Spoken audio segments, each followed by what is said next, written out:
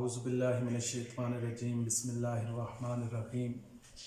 عزیز طلبہ السلام علیکم۔ اب موضوعاتی مطالعہ میں سے ہمارا آج دوسرا سبق ہے علم کی فرضیت و اہمیت۔ عزیز طلبہ، علم کا لغوی معنی ہے جاننا اور آگاہ ہونا، اور علم کا شرعی مفہوم یہ ہے کہ اللہ تعالیٰ اور اس کے رسول نے ہمیں جو احکامات اور ہدایات دی ہیں ان کے بارے میں علم حاصل کرنا۔ قرآن اور حدیث دونوں سے علم کی اہمیت ثابت ہے۔ قرآن مجید میں اللہ تبارک و تعالیٰ نے اپنے نبی کے اوپر جو پہلی وحی اتاری ہے وہ وحی ہے اقرأ بسم ربک الذی خلق، اور اس میں بھی لفظ ہے اقرأ یعنی پڑھیے۔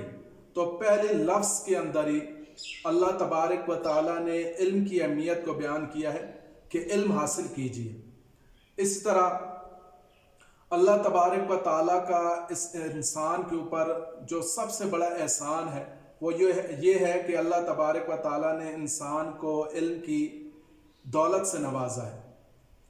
اللہ تبارک و تعالیٰ نے فرشتوں کے اوپر انسان کو جو سب سے پہلی فضیلت عطا کی تھی اور فرشتوں نے انسان کو سجدہ کیا تھا، تو اس کی وجہ بھی علم ہی تھا۔ علم ہی کی وجہ سے اللہ تبارک و تعالیٰ نے فرشتوں کو حکم دیا کہ آپ آدم علیہ السلام کے سامنے سجدہ کریں، کیونکہ جب اللہ تبارک و تعالیٰ نے ان سے کہا کہ آپ ان چیزوں کے ناموں کی خبر دیجئے، تو فرشتے ان چیزوں کے نام نہ بتا سکے۔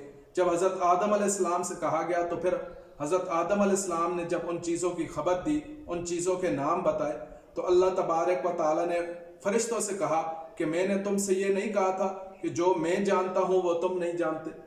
تو پہلی فضیلت جو انسان کو ملی ہے فرشتوں کے اوپر وہ بھی ہے علم کی وجہ سے۔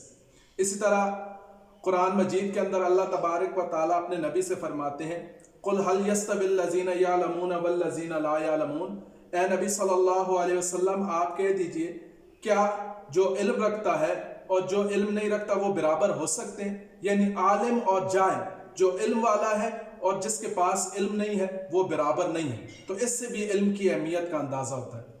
اور اس طرح عزیز طلبہ، علم ہی ایک ایسی چیز ہے کہ جس کی وجہ سے انسان کے اندر خوف خدا آتا ہے، کیونکہ علم نام ہی معرفت کا ہے، یعنی اللہ تبارک و تعالیٰ کی پہچان۔ تو جب انسان کے اندر اللہ تبارک و تعالیٰ کی پہچان آ جاتی ہے تو اس کے دل کے اندر خوف خدا آ جاتا ہے۔ اور قرآن مجید کے اندر ہی اللہ تبارک و تعالیٰ فرماتے ہیں انما یخشی اللہ من عباد العلماء، کہ اللہ کے بندوں میں سے اہل علم ہی اللہ تبارک و تعالیٰ سے سب سے زیادہ ڈرنے والے ہیں۔ تو اس سے بھی علم کی اہمیت کا اور اس کی فضیلت کا پتہ چلتا ہے۔ اس طرح احادیث مبارکہ سے بھی علم کی اہمیت پتہ چلتی ہے۔ اللہ کے نبی نے ارشاد فرمایا طلب العلم فریضۃ علی کل مسلم، کہ علم کا طلب کرنا ہر مسلمان مرد اور عورت پر فرض ہے۔ اور اس طرح اللہ کے نبی نے ارشاد فرمایا کہ علم مومن کی گم شدہ میراث ہے، اس کو جہاں سے ملے اس کو حاصل کرنے کی کوشش کرے۔ اور اس طرح اللہ کے نبی نے ارشاد فرمایا کہ جو شخص علم کی طلب کے اندر نکلتا ہے، علم حاصل کرنے کے لیے نکلتا ہے، تو اگر اس کو موت آ جاتی ہے تو یہ اس کے لیے شہادت کی موت ہے۔ اس طرح اللہ کے نبی نے فرمایا کہ علم ہی ترقی کا ذریعہ ہے۔ جس طرح اللہ کے نبی نے ارشاد فرمایا کہ اللہ تبارک و تعالیٰ اس علم ہی کی وجہ سے بہت سی قوموں کو ترقی عطا فرماتے ہیں۔ اور علم کے اندر عمر کی کوئی قید نہیں۔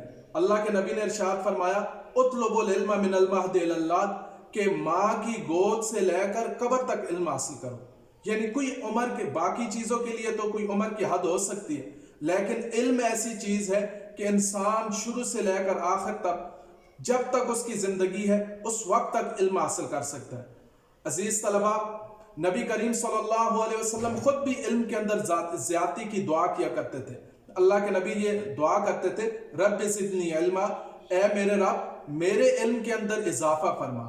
اس طرح یہ علم ہی ایک ایسی چیز ہے کہ جو انسان کو کائنات کو مسخر کرنے میں کام آتا ہے۔ آج اگر انسان نے ہواؤں کے اوپر جہازوں کو اڑایا ہے تو وہ علم ہی کی وجہ سے اڑایا ہے، اور اس طرح اگر دریاؤں کو مسخر کیا ہے تو علم ہی کی وجہ سے کیا ہے۔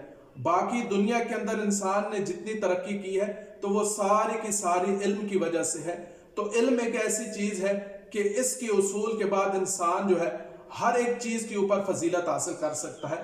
تو ہمیں بھی علم حاصل کرنے کے اوپر زیادہ سے زیادہ محنت کرنی چاہیے. تو اب میں بھی اور آپ بھی اس بات کی کوشش کریں کہ ہم اپنے زیادہ سے زیادہ اوقات ہر وقت کو علم کی اصول میں خرچ کریں اور اس کو زیادہ سے زیادہ حاصل کرنے کی کوشش کریں. والسلام.